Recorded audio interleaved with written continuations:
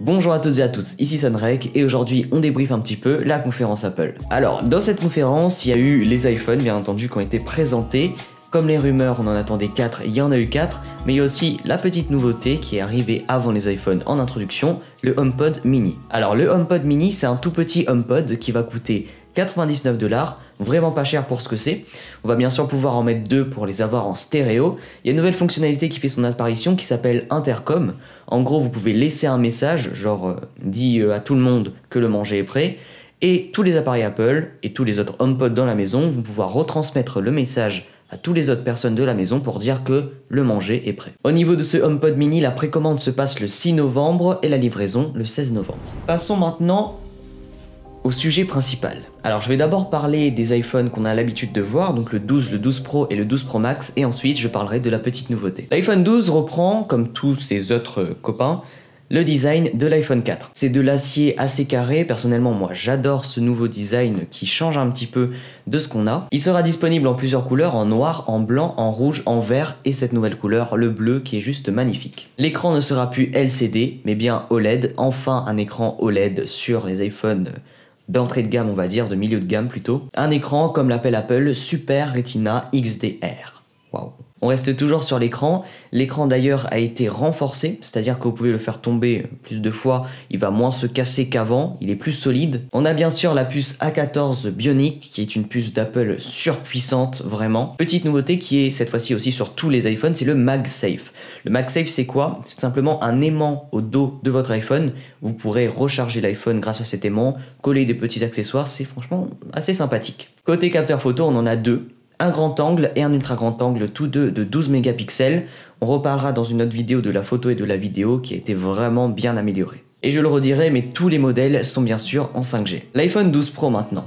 Enfin un iPhone 12 Pro ou Pro porte bien son nom. Un écran maintenant de 6,1 pouces toujours en Super Retina XDR. Il sera disponible en argent, en noir, en or et en bleu. Le bleu toujours magnifique. Il a des meilleures caméras et la petite nouveauté, un capteur stabilisé mécaniquement. C'est-à-dire que le capteur il va bouger en fonction des mouvements que vous faites. À voir déjà que la stabilisation était vraiment excellente sur les précédents iPhones.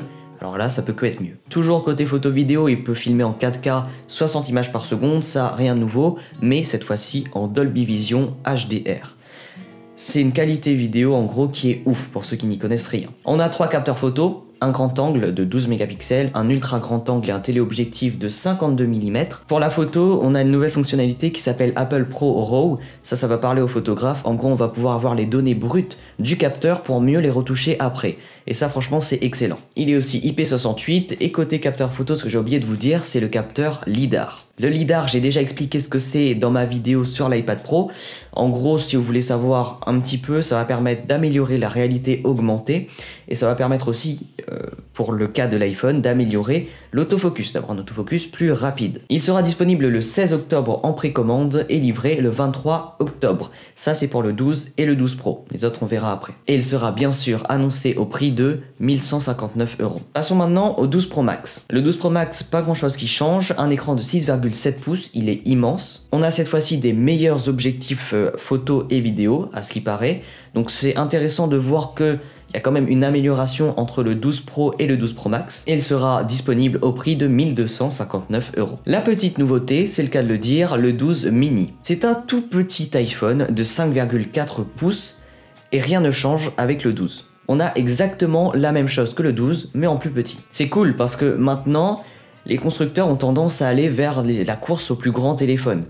Et ça déplaît à certaines personnes qui aimeraient avoir des nouvelles technologies aussi qui sont présentes dans les gros téléphones, mais dans un plus petit téléphone parce qu'ils n'aiment pas les gros téléphones. Donc ça va toucher un très gros public, cet iPhone 12 Pro mini, et franchement, c'est bien de l'avoir fait je trouve. Il sera lui disponible au prix de 809 €, et attendez, pour les 12 Pro Max et mini, ils seront disponibles le 6 novembre en précommande et livrés le 13 novembre. Donc comme j'ai répété, tous les iPhones ont la 5G, et ce qui est cool, c'est que le prix n'est pas excessif avec la 5G. On a énormément d'améliorations comparées à l'année dernière, on a un nouveau design, des nouveaux matériaux plus solides, une nouvelle puce qui est surpuissante, de la 5G, des plus grands écrans, et pourtant on a toujours 809 € pour un petit téléphone, 909 € pour le 12, je crois que j'ai oublié de le préciser, 1159 € pour le 12 Pro.